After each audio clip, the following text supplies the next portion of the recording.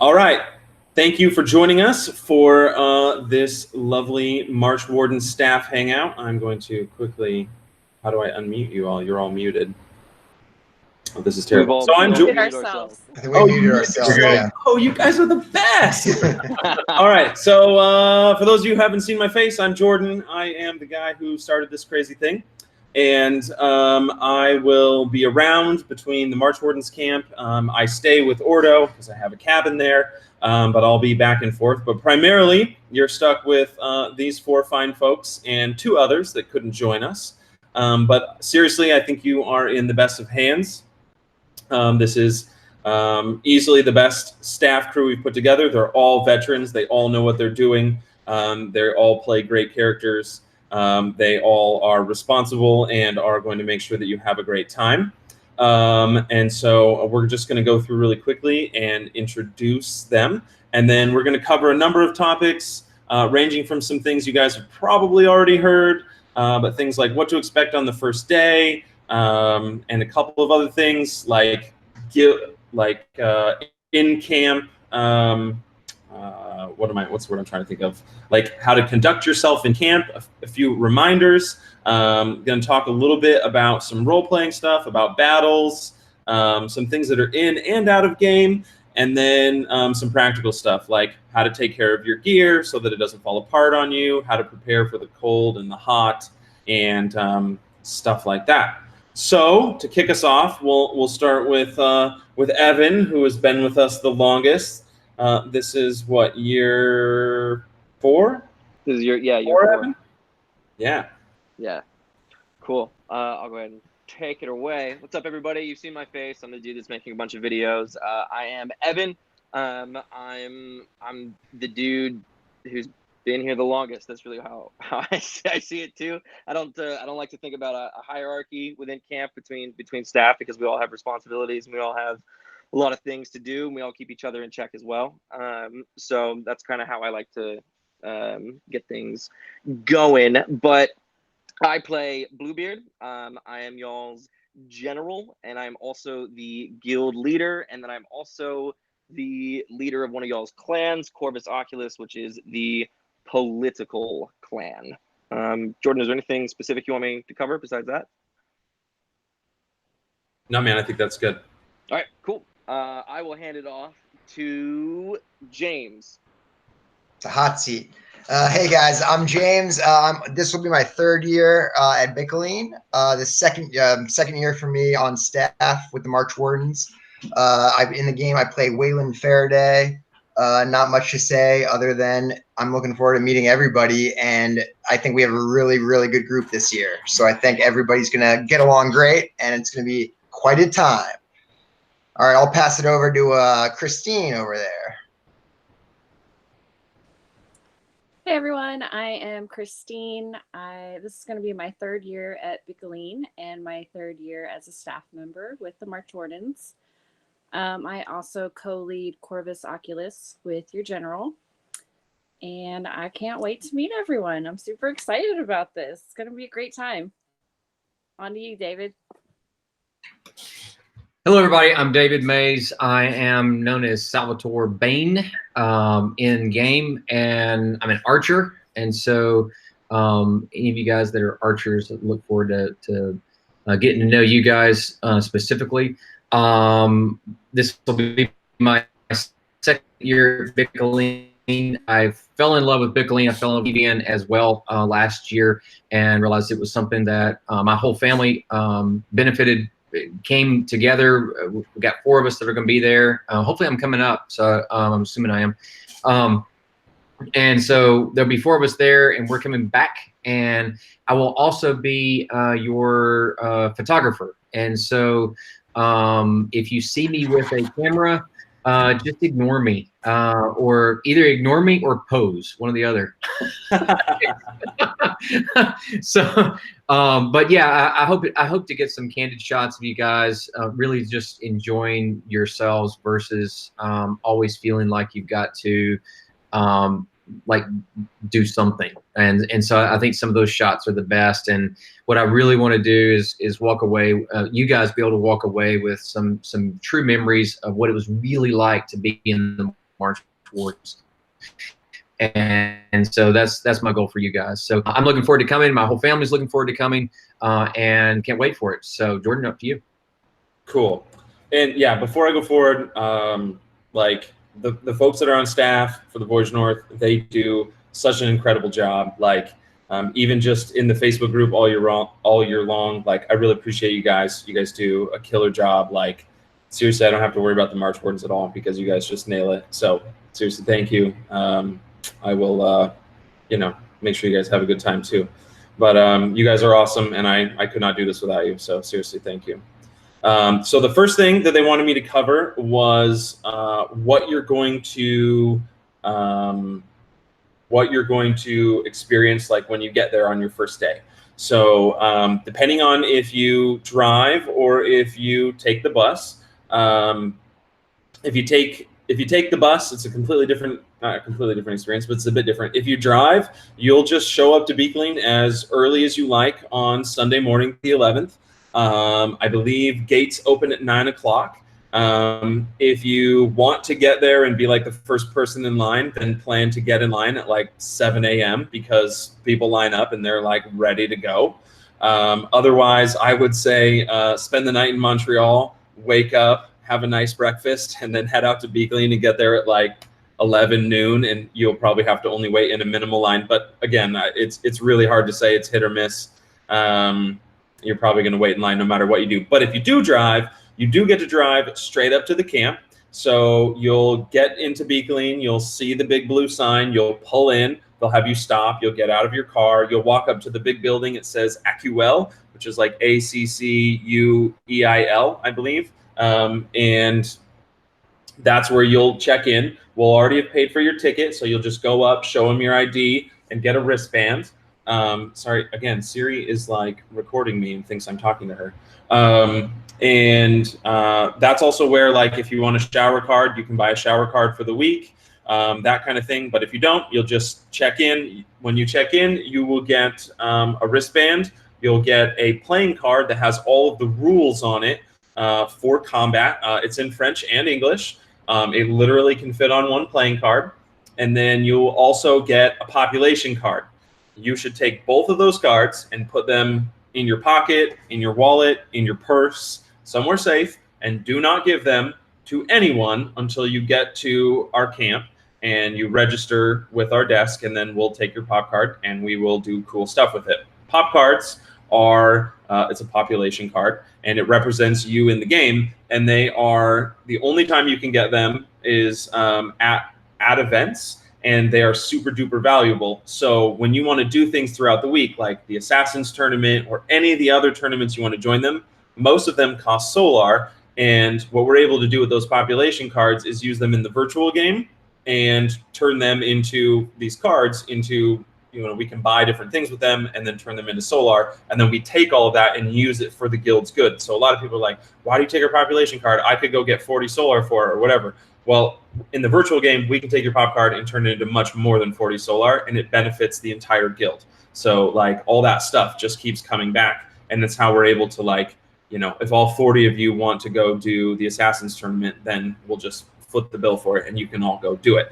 So there's a little bit of give and take there, but that's basically how it happens. So once you register at the ACUEL building, you get back in your car and you'll literally drive all the way through Beekling, which is kind of cool because you'll get a little tour. So you'll drive down the valley and you'll see the battle or the pirate ship, and then you'll go up the hill. You go all the way in the back, and then you'll hang a right, and you'll kind of go through a weird alley, and then you'll see like an exit gate to go out. Don't go out that gate. You'll hang a right, and you'll see like a weird. It almost looks like a stone golem, but it's actually like a children's playground thing. And you'll see a bunch of purple and orange tents, and that's your home for the week. So you just kind of pull right up in there. You'll pull up, you'll take all your stuff out, and probably haul it all into your tent, and then you'll have to move your car, and people will be yelling at you in French to move your car as soon as possible.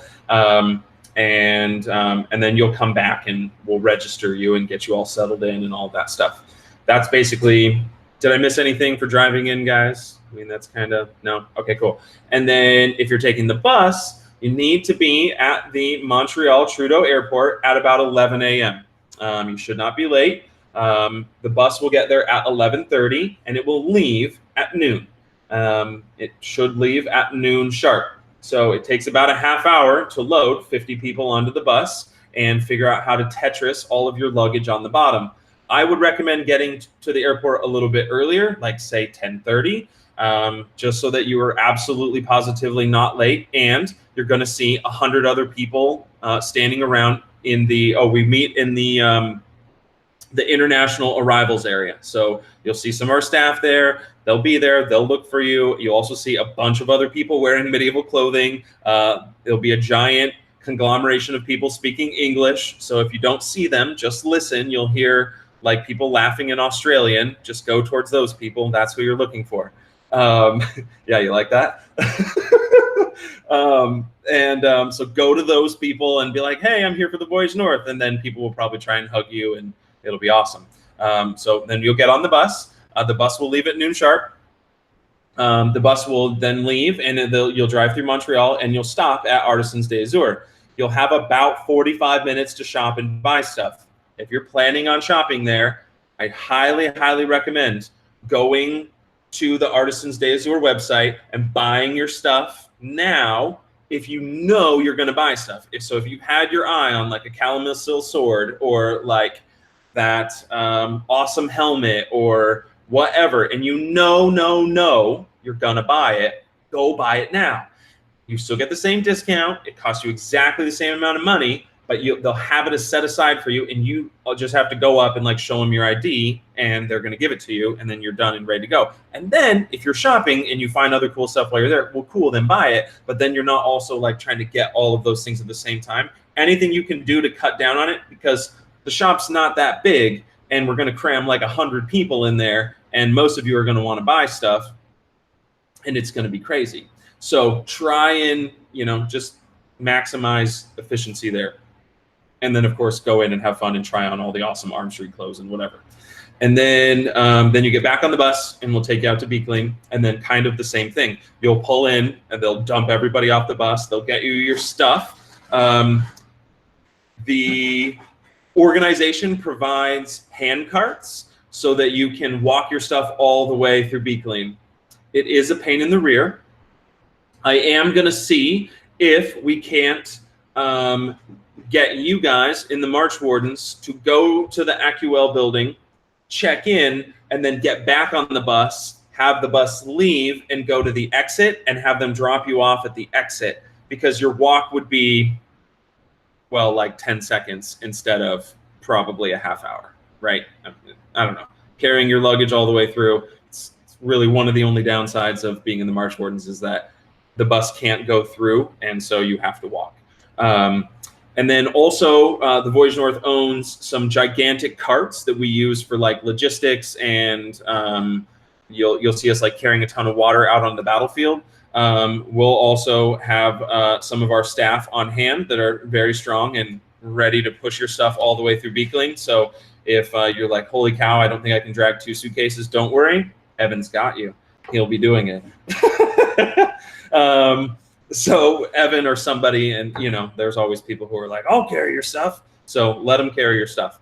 And then, so same thing, you'll go to the AccuL building, you'll get your playing card or your pop card, you'll get your rules card, you'll get your wristband, and then you make your way through. And you can't really get lost. You basically just walk straight through camp.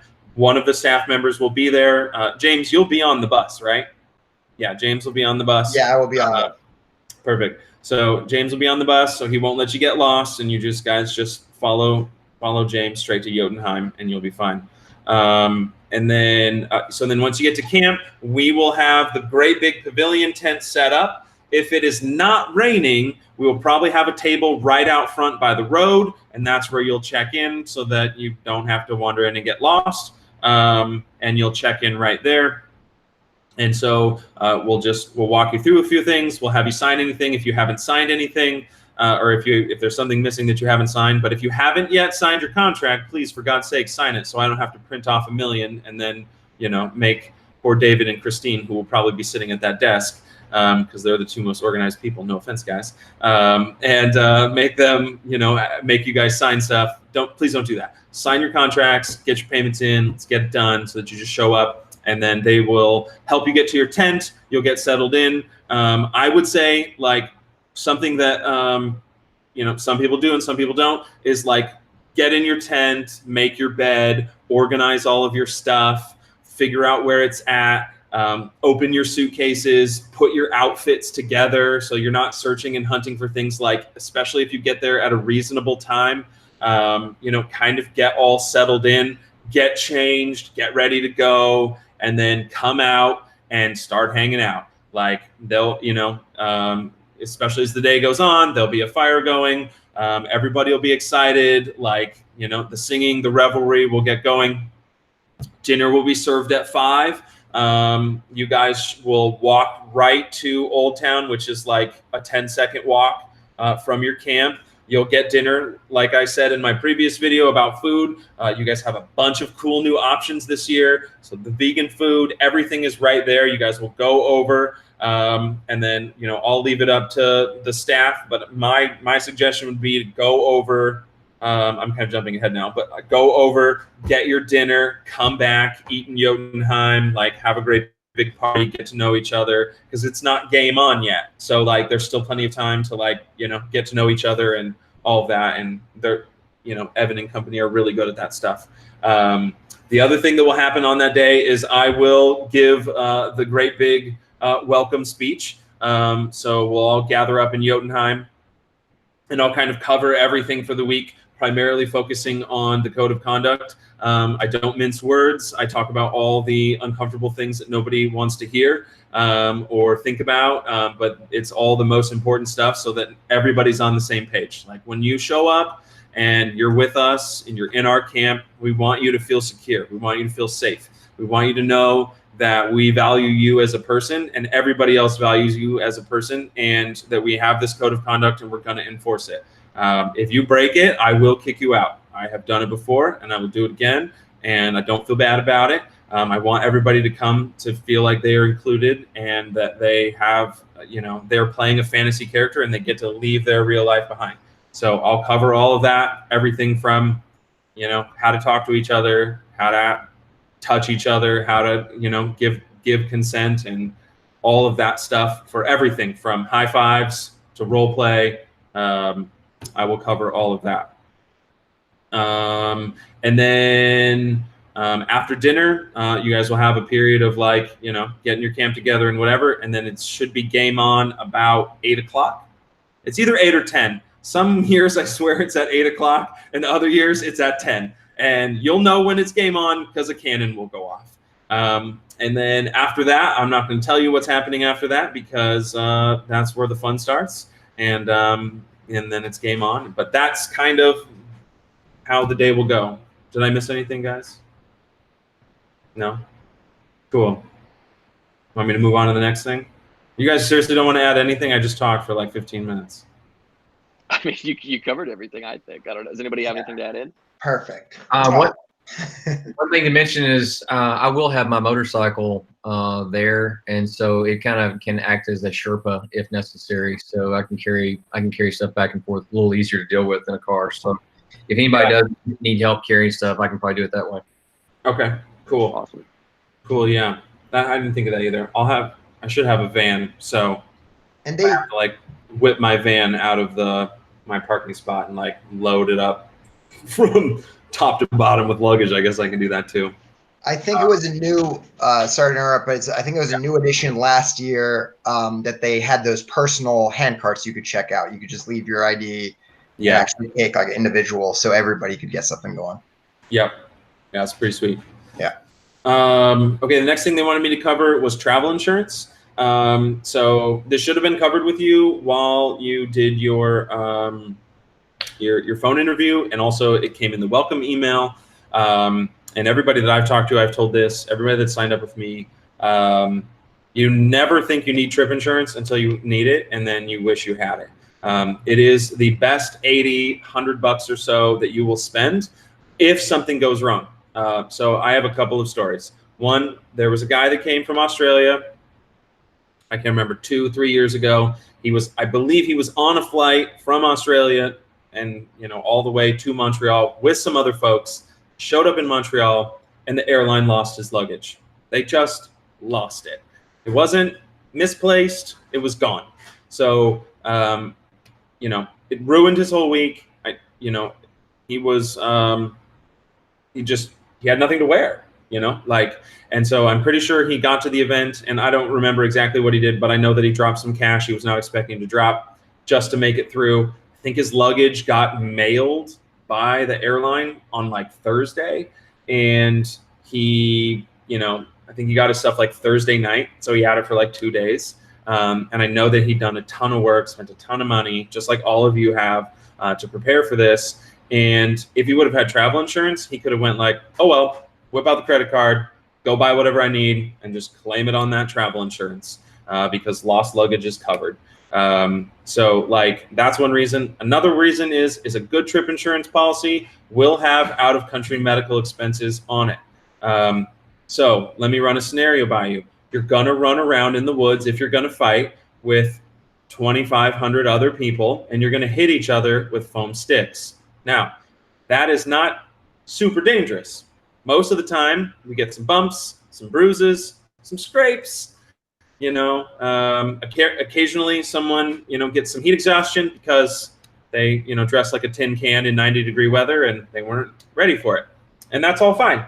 But imagine this, you're running and you step in a hole and you twist your ankle. And now you're riding an ambulance to a hospital in Quebec, and you owe a hospital for an ambulance ride, a doctor's visit, some crutches, a boot, some x-rays, maybe some painkillers, and now you, on top of your trip being ruined and you're walking around in crutches and a boot for the rest of the week, you now owe a hospital some ungodly amount of money. Now, if you just would have paid $80 and gotten a good trip insurance plan, you wouldn't have to worry about this. There's a whole host of other reasons why you should have it. Everything from you miss your flight and you miss our bus and you got to take a cab out to Beekleen. All kinds of, we've seen it all. Like, there's all kinds of reasons why you should have trip insurance, and it's really not that expensive. You're already spending, a ton of money to come on this. The peace of mind that you will have knowing that your stuff is covered if something goes wrong, I think is worth $80 to $100. Anything you guys want to add on that? No. I would add that last year I tried to ship equipment to Beekleen rather than flying with it, and that also same deal in terms of like it's much more kind of safe to get the insurance, travel with it yourself, and worst case scenario you have the bailout. Yeah. Cool. Next on the list is alcohol use and just being aware of yourself. The fact of the matter is that people party at Beekleen and it's a super good time. And some people overindulge. So if you are, whether you're a drinker all the time or you're a drinker sometimes, you need to be aware of your alcohol consumption. You need to know your limit, and you need to treat it, just like anything else. And there's a bunch of reasons why. Number one, you don't want to be hungover for an entire day. That is terrible. And you paid a lot of money to come on this trip, and you don't want to lose a whole day. I have seen people lose a whole day. That's not fun. Number two, you don't want to do something stupid. Number three, we don't want to take care of you while you're throwing up in the middle of camp at 3 a.m. We just don't. We don't want to worry about you, and it's not fair. You're a grown-up. You're coming on this trip as an adult, and so we want to treat you as an adult. And if that's how you like to party, that's fine. But please be respectful of us and your tent mates. No one wants to wake up with vomit all over the floor of their tent because you Ralphed, on it. And the staff certainly don't want to clean up vomit off the side of your tent, or any other bodily fluid for that matter. So for all of those reasons, please do it. We do have a clause in the code in the contract saying that if that is a problem for you and you cause a problem for us, we may ask you to leave. So if you're planning to come get completely blitz and expect us to take care of you 6 nights. That's not happening. We are all grown-ups, and we need to sleep at night too. And so please, please, please be aware of your alcohol consumption. If you don't drink often, be very careful. Like, it's really easy to just overindulge at Beekling. It just is. They're all laughing at me, but it's really easy to get caught up in the moment. And there's some other like really practical things. Number one, always have a buddy. Period. Man, woman, non-binary. I don't care. Have a buddy. Like, absolutely have a buddy. Everywhere you go, especially if you're drinking, even if you have to go to the porta potty, even if you're a dude and that's weird to be like, hey, bro, can you come to the bathroom with me? I don't care. Take a buddy. Don't wander off and get lost. Take a buddy. Just take a buddy. Number two, don't drink things from people that you don't know them, period. Beekling is like a festival. I don't think we've ever had anybody have anything weird put in their drink. There is some role play stuff. If you get offered a drink from Territas, they can steal your soul. But I'm talking about like the real stuff here, okay? Number one, the Quebecois make crazy alcohol, period. They make the sweetest, most delicious stuff you'll ever taste in your life, and it is like 900% alcohol, and it will light you up like the 4th of July. It's gross. So you will drink it and think that you're drinking like, I don't know, Kool-Aid on a hot summer day, and the next thing you know, you are 3 sheets to the wind and wondering when the roller coaster is going to stop. So, like, don't drink things from people that you don't know for all those reasons. Yeah, be aware of how much you're drinking. Hydrate. Drink damn water. Take good care of yourself. I promise you, like, being super duper drunk won't be worth it the next day when you're out on the battlefield and running and you're Ralph in your own helmet. Like, it's not worth it. I've seen it happen. It's not worth it. It's not worth it. I don't know. You guys want to add anything on that?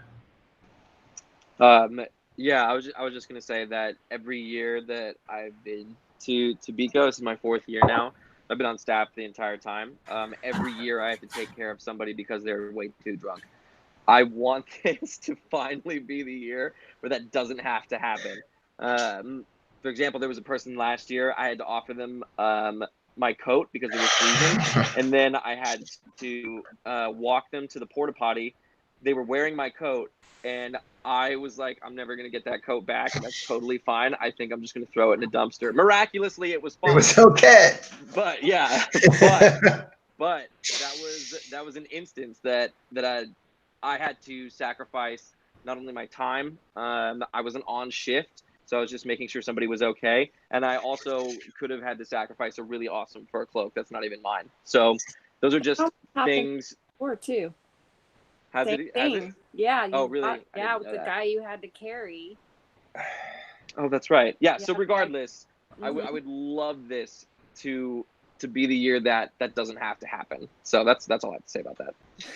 The only thing I'd like to add is one thing that is different about Bico is you don't have to drive home. You can stumble back to your tent. So we get used to our alcohol consumption based on limitations that are imposed upon us at home. And that's why even the most normal person can, like the non-partier person, get nailed and not know what happened, just because you're in that position of there's no off time necessarily. And so don't think it can't be you, because it can be. And so just be cautious of that. And that's where the buddy thing kind of helps out. Like if your buddy is like, you see them drinking too much before they get so far where they're like, oh, screw you, that's not what I'm doing. Like before they get that far, that's when to like help them back. So yeah. And I mean, oh, sorry. Yeah, like I was just gonna say, like, it's not your job to police other members of the group. Like, you're all adults and you're gonna do what you're gonna do. But like, it's also okay to be like, hey, you're going pretty hard. Tomorrow's gonna be rough. Maybe you might want to switch to water. And if they tell you, I'm grown, leave me alone, well, then there's nothing you can do about it. But it's it's a nice, kind, friendly thing to do to say, hey, maybe we should get some poutine and some water. That's perfectly legit. Go ahead, James. I was just gonna say, like, not to keep telling horror stories, but once again, like last year, Jordan's recommendation of the buddy system is the best idea possible. We had another member last year who basically lost consciousness like 50 feet outside of our camp. And I think if we hadn't had people going in and out, then we might have missed them. So I think that sticking with people, just be aware of your limits, stick with the crowd, like recognize people around you. Don't kind of stray off by yourself if you feel like you're out of control. Yeah. Other thing to talk about is that marijuana is now legal Canada-wide. So that will be a thing there. Don't break any laws. So if it is for some reason illegal for you to smoke it, like your military personnel or I don't know, I can't think of anything else. I do not endorse that. But like that will be a thing. So like on that note though, I mean, I know, I believe specifically there's somebody in the March Wardens who is allergic to marijuana smoke. So there is no smoking inside Jotunheim in the Big Tent. It's against the rules. You know, nothing should be smoking inside any of the tents ever. I always jokingly say that if I see smoke coming out of a tent, I'm going to come in there with a fire extinguisher and I'm not going to knock first because I don't want you to burn down. So no smoking there. Cigarette smoke and, you know, marijuana smoke should be done at a respectful distance from other people. You should be aware and cognizant of who you're around since it can harm and affect other people's lives and their health. And especially considering somebody in your group is actually seriously allergic to marijuana smoke, you should be very careful with that. On that note, you know, like if you are going to be indulging in smoking or ingesting marijuana at all, you should also treat it just like you would alcohol. Be aware of your limits. If you've never done it before, know that it's going to affect you and you are probably not entirely sure how. So, you know, be aware of that. Again, don't take things from people that you don't know. You know, like this totally rad edible. Don't do that. That sounds like the beginning of The Hangover, right? So like, don't do that. You know, with all of this stuff, if you use common sense and stick around good people, you will be fine. But Be Clean is a very intermingled place, and you'll meet people, and everybody wants to share everything. So just be really aware of that. Yeah. Anything else, guys? Nope. Let's touch on, if you are going to smoke cigarettes, please be sure to dispose of your butts properly. Yep. Yes. Yeah. So the garbage, not on fire. And you know, a burning fire pit would be the two places they should go. Other than that, you know, take care of your butts. I kind of touched on this a little bit, but like, what are the staff here for and what are they not? The staff here are really here for three things. One, they're to make sure that you're safe. So making sure that the camp is well taken care of, making sure that, like, you know, there's eyes on the camp and around you. That includes enforcing the code of conduct, you know, reporting it, and you can go to them. Like if something is wrong, the staff are there for you. They want to help you. That's why we bring them, is so that they can help you. So if something is wrong, somebody's bothering you, there's something wrong, somebody's breaking the code of conduct, we want you to go to a staff member and be like, yo, this is what's going on. And we have a procedure, and I'll talk about that, you know, once we get there. But basically, you know, if the code of conduct has been broken, and it's been broken against you, where two of the staff are going to take you and sit you down and separate you from the situation, take care of you as best to their ability, and they're going to have you fill out a form. You'll fill out the form, and then they're going to get me, and then I will come and figure out what to do next. But like, we want to know, and you know, if it's something little, like somebody's just being annoying, and they need to be told to, I don't know, leave you alone. I'm just making this up, but like, you know, the staff can take care of that. Or if you're just having a hard time, like some things at Beekling are intense. They're there for you. They want to talk to you. They're not trained professional counselors. They're not therapists. That's not their job. But like, you know, like, hey, I'm not having a good time. I don't know what to do. The staff can help you figure that out. You know, like, you know, hey, I twisted my ankle on the battlefield and I don't know if I should go see the paramedic or not. The staff are going to tell you you should go see the paramedic, and you should take advantage of that. Even, you know, if you're worried about healthcare costs or whatever, it's not worth it. Go see the paramedic. So they're there to make sure that you're safe. That includes taking care of the camp, taking out the trash, making sure that you follow the rules and don't light the tents on fire, you know, stuff like that. And then they're there to make sure that you have a good time. So they're there to, you know, role play with you. They're all fun people. None of them are sticks in the mud. Otherwise they wouldn't come to Beekling. And, you know, they're going to make sure you do that. But they're not there to babysit you. You know, so, and what I mean by that is like the drinking thing. Like, if you are awake at 3 o'clock in the morning, passed out in the front of camp, they're going to take care of you, because they're all decent human beings, and that's just what a decent human being would do. But that's not what they should have to do. They're also not there to like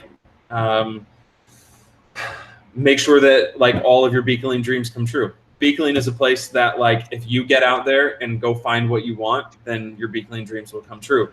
They're not there to, you know, hold your hand and make sure that like every single little cool thing happens for you. They are there to like troubleshoot things like. Well, I can't think of one now off the top of my head, but I don't know. You guys want to jump in here on any of this? Like if your tent is falling down, we can take care of that. Yes, if your tent is falling down, they will fix your tent. If your tent is leaking, if your cot is broken or saggy or whatever, we will get you a new cot. You know, stuff like that. Yeah, I don't know. David, anything you want to add? No.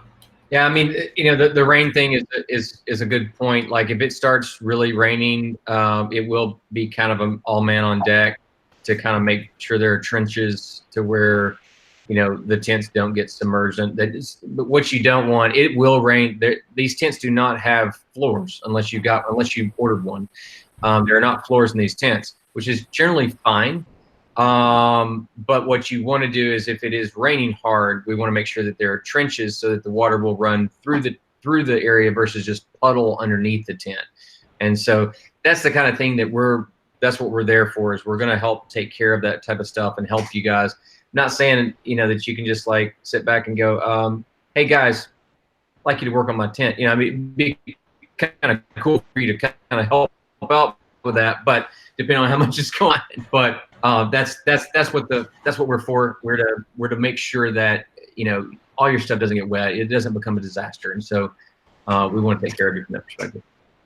Yeah, David wasn't even on staff last year, and he was helping out with that kind of stuff. So, you know, it's I like to say that it's a team effort, you know, because we're all here to have a good time. We're all just here to make sure that all of you are absolutely having a good time, and making sure that logistics and things like that are handled all together as a unit just makes it that much easier. Yep. Okay, and then code of conduct, and then yeah, and then I'll let you guys touch on things with other guilds. I'll just. Is there any way that I can expedite the things I was going to talk about? Sure, go ahead. Okay, cool. Thank you. Just because I'm running late for a thing. So, what's up, party people? I'm going to hijack this call just really quickly. So the first thing I'm going to talk about is thunder and lightning. Woo, woo, woo! So I made a video on this the other day. I think it was yesterday or 2 days ago. But thunder and lightning is how the army is going to be separated. There's going to be two different companies. Gwyn is the captain of the Lightning Company. Livy is the captain of the Thunder Company. So people that have watched that video before, like, you know what exactly what I'm talking about. Anybody that hasn't, I'm going to recap. So Lightning is going to be for people that are quick and lightly outfitted and more skirmisher heavy. So if you're wearing things like boiled leather armor, and you're fighting like dual wield or archer, we're definitely gonna want some archers in the other company. But if you like to run around as an archer, as I know Salvatore Bain does, that's like his shtick, then that's probably the best place for you to be. Lightning is going to focus primarily on running through holes that are made in lines, getting behind enemy lines, taking out generals, going towards and capturing objectives, and just general mischief. So if that's what you're into, then do that. Thunder Company is going to be the strength, and the hammer of the army. That's going to be people that are going to be outfitted in plate mail and chain mail, and you like fighting with a spear, which, by the way, spears get the most kills. That's the thing that I did my very first year at Bicklin, and I do it every single year because I love it to death. So that and sword and board, if you like fighting with sword and shield, then also Thunder Company is for you. That's going to be predominantly knowing about line fighting, and then also there's going to be skirmishing involved with that. I want you guys to be like mobile and tactile, or tactile, whatever. There's a word I'm thinking of. It's not coming to mind, but Tactical. Tactical. That's the word. Thank you. But yeah, you guys are going to be going against the brunt of the army. So if you like being like brute force and just crushing people, then that Thunder Company is going to be for you. And that's the captain of that one is Livy, who plays Aurela Telnar. So that is it for Thunder and Lightning. That's our quick recap. If you want to have more in depth, go ahead and check out the video that I posted on the group page. After that, I've got battles. So I just got an email from the game master yesterday about the battles that are going to be taking place. So our first battle is Monday. Usually it's on Tuesday. So, Jordan, when is training happening? Is that Sunday night or Monday morning? No, it'll be Monday morning. Monday morning. Okay, so our first training session is going to be at Monday morning. So that is for anybody that is wanting to fight. I would say that that's mandatory, just because there is a safety aspect involved, and we 100% mandatory if you're going to fight. Yeah. So you need to know exactly like what the general rules are of Bicklin fighting gameplay. So and how to fight and how to have fair play and all the things that make the battles fun. But because we are, it's battle, it's called that for a reason. There is chance for things to be unsafe. So we want to go over all of those things. And then we'll also go into tactics and stuff like that later on. But our first battle will be Monday at 4 p.m. I think 4 p.m. Muster I think at it's 2. at 2 p.m. Is it at 2? No, I'm pulling it up right now, but I'm 99% sure it's at 4. Okay. Yeah, I think it's at 4 p.m. Yeah, so that's that first one is going to take place in the plains, which is great for the way that we want our army organized and how we are going to excel because of the way that we want to fight. So that one's going to be a lot of fun. We'll get more into the tactics of it when we get there. Then the second battle, which I believe is Thursday, is going to be the fort battle. So this one is a grind. The fort battle is always so taxing on your body, and it's long. Okay, these are very long fights. The one on Monday is an hour. I'm pretty sure Thursday is 2 hours. So this is 1 hour of either defending or attacking the fort and just going through the meat grinder of trying to break in, get to the objectives, and get as many points as we possibly can in the battle. So for that one, I want people to be very, very conscious of hydrating. You should be conscious of hydrating throughout any of the battles because you don't realize how much you're sweating because of the amount of adrenaline that's constantly running through your body. You lose a lot of water. You lose a lot of hydration. So be vigilant about staying hydrated on the battle, especially on Thursday, because it's respawn, back to the grind. Die, respawn, back to the grind, and it's just never ending. Unless you want to sit out and take a break, which is Evan, if I could just like cut in for a second, I can totally vouch for that. Being Jordan remembers this clearly. Last year, I was in the first battle, had never worn my plate armor before. 30 minutes in, total heat stroke and a heat exhaustion. So I had been running before and thought I was in pretty good shape. it's intense, guys. Just be aware, drink tons of water, and Mhm. just know your limits. That's the most important thing. Definitely. And Yeah. something to add to that is like last year was actually pretty comfortable weather. So it's not the heat necessarily. I mean, the sun was hot, but the temperature itself, you know, if you were just sitting there, was actually quite comfortable. And so it's truly what you're doing on the field that is generating that effect. Don't just assume that, oh yeah, you're in good shape, no big deal. It can take a lot out of you. It's because you're wrapped up in all this material, whether it's leather or chainmail or plate. You know, you've got a lot of things on your body that take in heat, and so that will transfer to you, and so it's much easier for you to get those kinds of symptoms and have happen to you because you're so wrapped up in all this material. But also on the note of hydration, there's a thing that happens every single year afterwards, and that is people catch the Beco plague. And that is because that there are people that provide water on the battlefield. There are water bearers. A lot of that comes from Ordo and also from the wardens. Anybody that wants to just go to the battles, but you don't want to fight, and you want to hand out water, that's totally acceptable. You should totally do that. But we've had cups that people have been sharing, and we also provide water to all of the other players if they want it. So you are sharing a cup with probably 1,000 people, so you are going to get sick. So if to combat that, I recommend bringing your own tankard or some sort of water skin or something that if you run out of water, you can get it refilled, and so that way you're not going to get sick at the end of the week, because it is not fun, and it happens every single year. And then the final battle is going to be on Saturday. That is like the actual Grand Bataille. That is the big battle that everybody comes in for the weekend. So throughout the week, there's probably 2,000 to 2,500 people that are there. And then on that weekend, it just explodes with people. There's probably going to be at least another 1,000 people that are going to be there. So just to give you an idea of the scope of what Saturday is going to look like. That is going to be down the King's Road, which is a long road that leads into the forest on one side, and on the other side is a large valley. And there are certain spots in this valley that are very steep. And if you don't have the proper footwear and you don't have the right grounding, then you could take a tumble down this hill and probably injure yourself.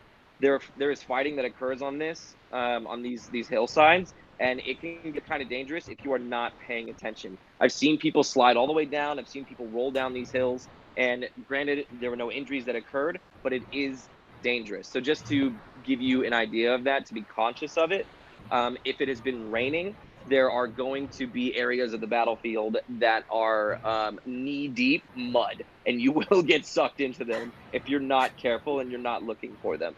So as fun as this game is, the environment can sometimes be treacherous. So you just need to be aware that you're fully conscious of where you're stepping, how you are grounding your body.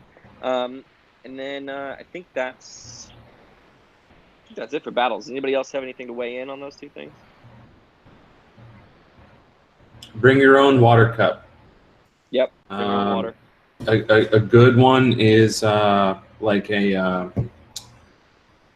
a Moscow Mule cup. I don't even know what that's called, but they're made of copper. Oh, yeah. I have one. Little copper mugs. Mm-hmm. Those are great because they keep things cool forever, for like a super long time. Or just, you could also do the like technique of just dump the water into your mouth. Don't put your mouth on it. No, we're not. I don't think, at least That's not reliable.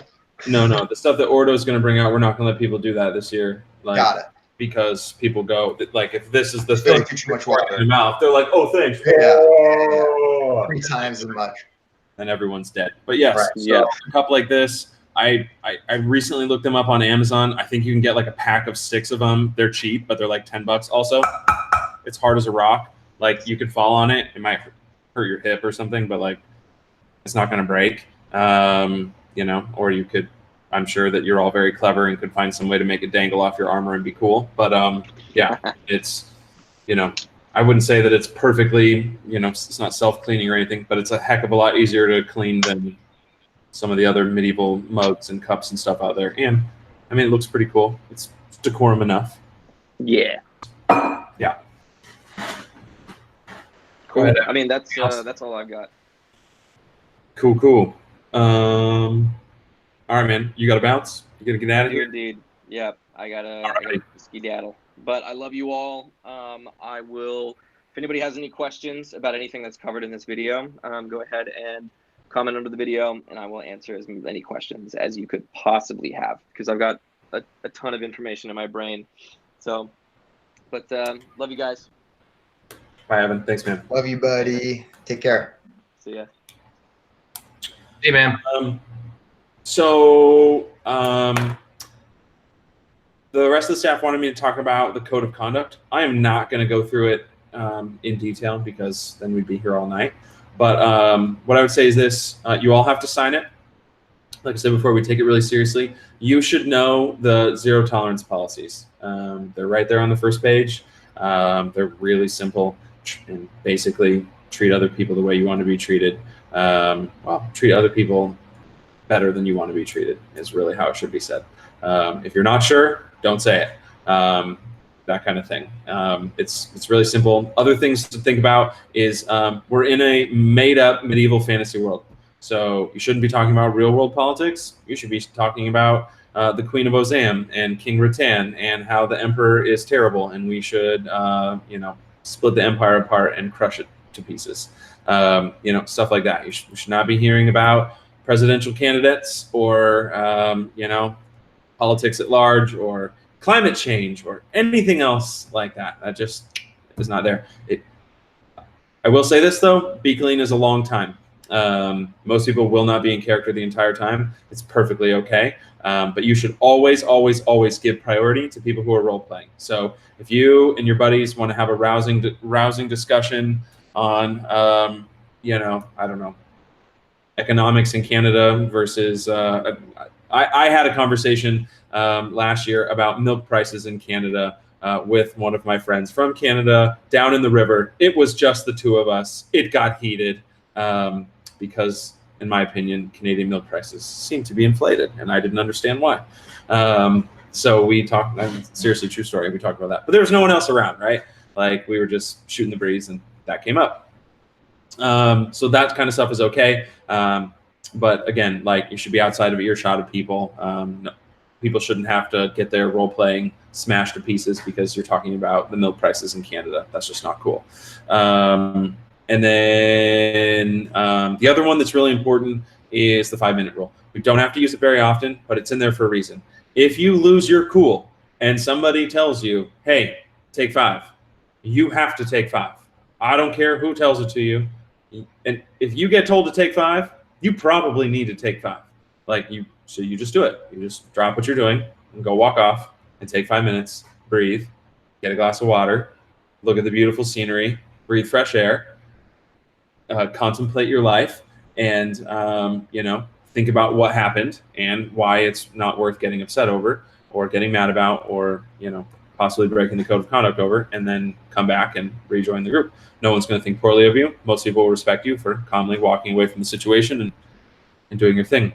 I will go over the code of conduct in a lot of detail on the day of the trip.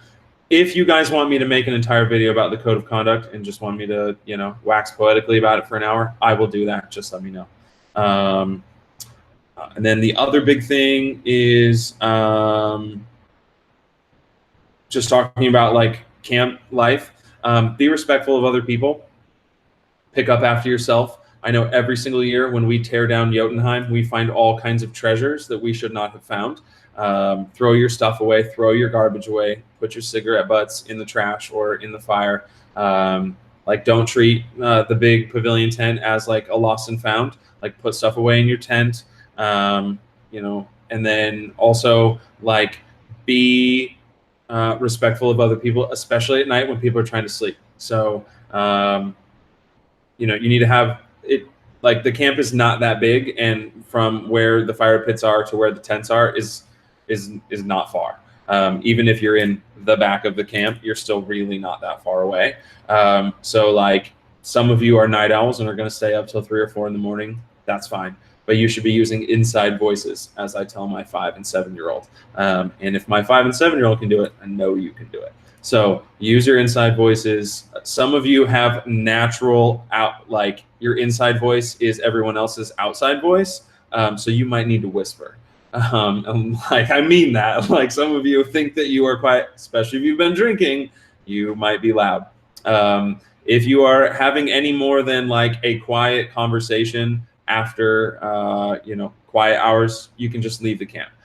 There's plenty of places to go. There's a giant fire pit right across the road from you. The tavern is not that far. There are plenty of places to go and have rousing conversation or role play until the middle of the night, or argue about Canadian milk prices. There's plenty of places to do that are not in the camp.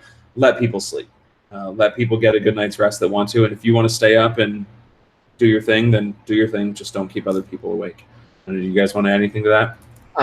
On that note, be aware that we can only control our own camp, and we are very close to other camps, and literally there may be a French camp next door to us that is singing till 4 o'clock in the morning, and there's nothing we can do about it. So be sure to prepare yourself.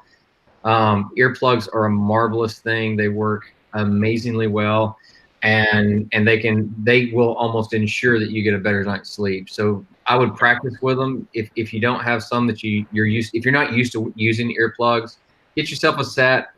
Use them a few nights before you come, just so that you have a feeling for using them, because it's weird with earplugs in if you've not done that. So yeah, that's something that's really. And they make all kinds of amazing earplugs now, like wax ones and all kinds of ones that I don't know. And every single year I've been to Beekling, I could not survive Beekling without earplugs. Like, I would hitchhike to Walmart if I had to get some. Like, I would just jog there and spend an entire day going to get earplugs because it would be worth it.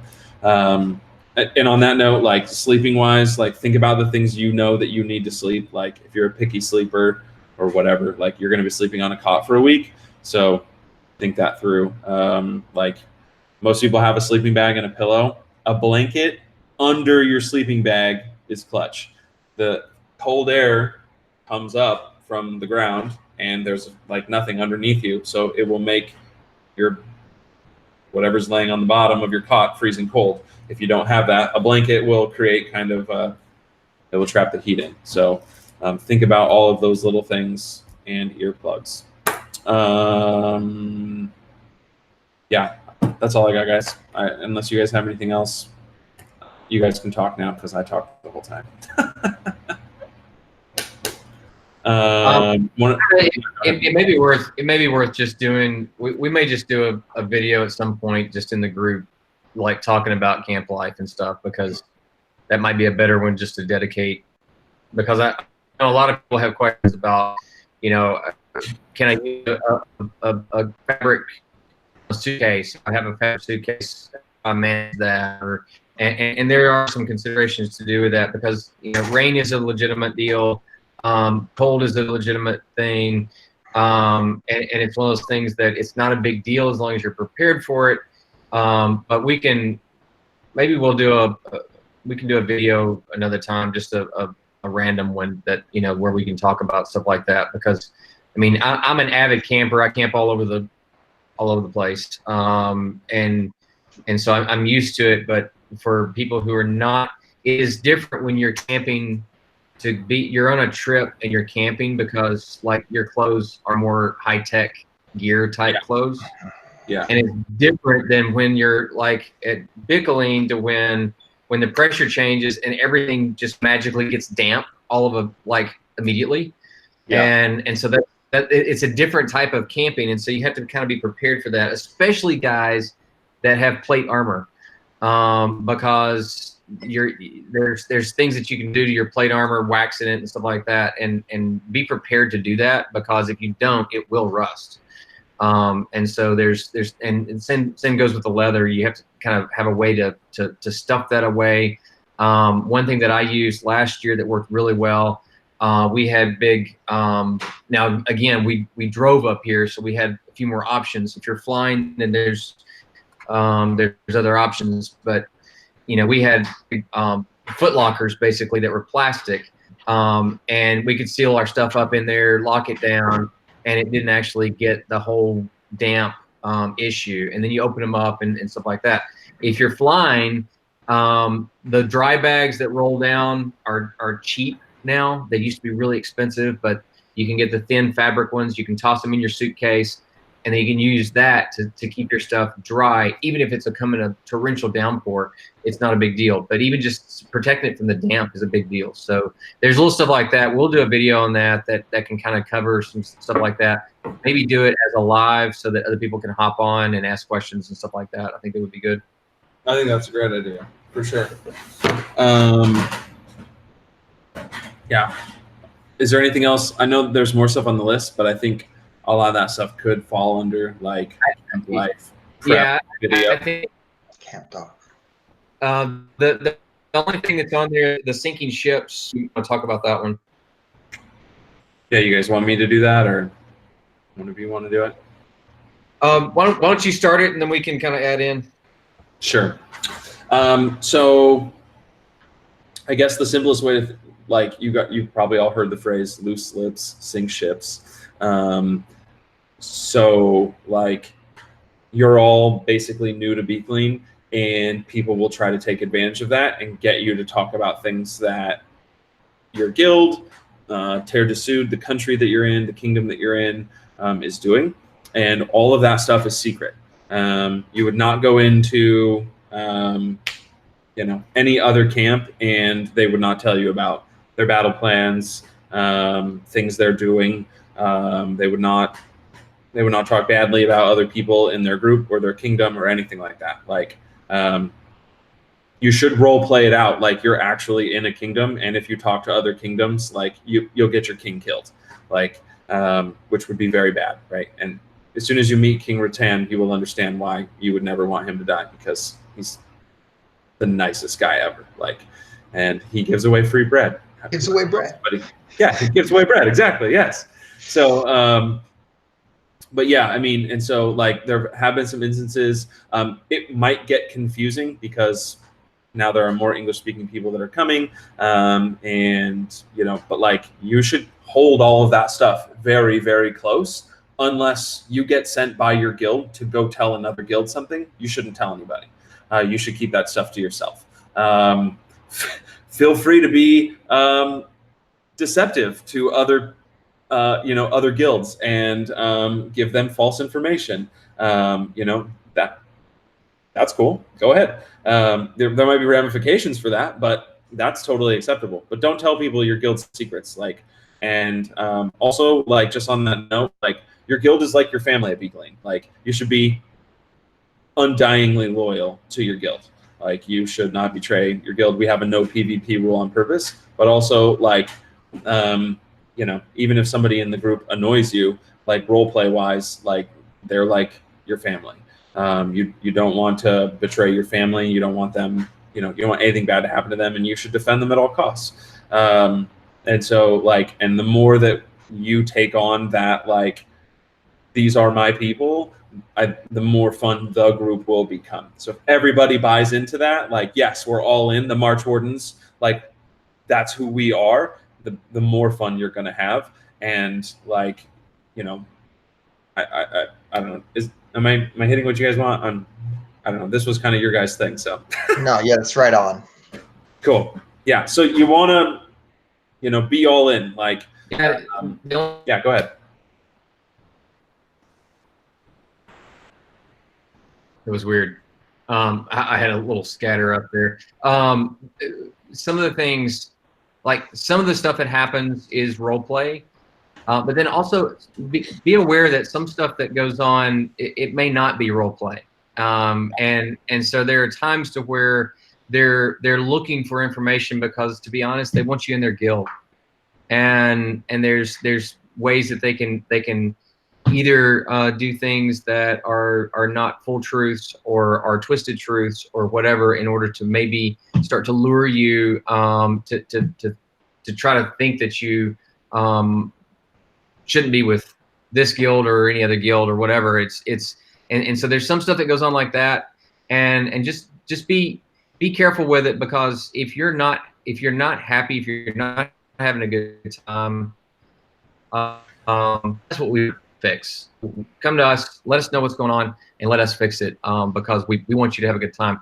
Because the reality is that there are some guilds that are small, and they need numbers, and they want to see what they can do to increase their numbers. And so some of that's role play, some of it's not. And so just kind of be aware of that. Yeah, for sure. For sure. Yeah, Dave. Yeah, that's a really good point in terms of just be aware that as much as everybody's there to have a good time, it's an amazing place, and you're always going to have a good time. There are times when you need to kind of watch what you're saying and watch who you're around, and there is kind of that English speaker versus French speaker. If they hear you speaking English, Yes, they might listen and hear like, oh, that's a newbie, that's somebody to take advantage of. So just be aware of that. Word. Cool, guys. Well, it's getting late. You guys want to add anything else? Any final words? I got a final word. I heard from Cicely, and she said to give everyone her love and say sorry Oh, I couldn't be here. darn. All right, right back at her. Yeah. For sure. She's a We love she'll- Cicely. Right on.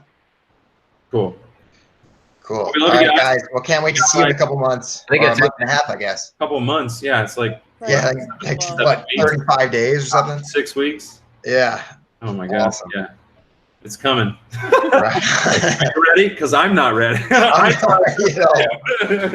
I just bought my plane ticket like 2 weeks ago. Oh Right. man. Yeah, Yeah. I think for me it's 30 days before I have to leave. Oh, nice. It's quick. That's when the crunch time is. Quick. Nice. winter is coming. Right on. All right, guys. Well, take care. And to all the new wardens, can't wait to meet everybody. And yeah, it's gonna be an amazing summer. All right. Looking forward to it. Good night. All right. Good night, guys. Take care. Bye.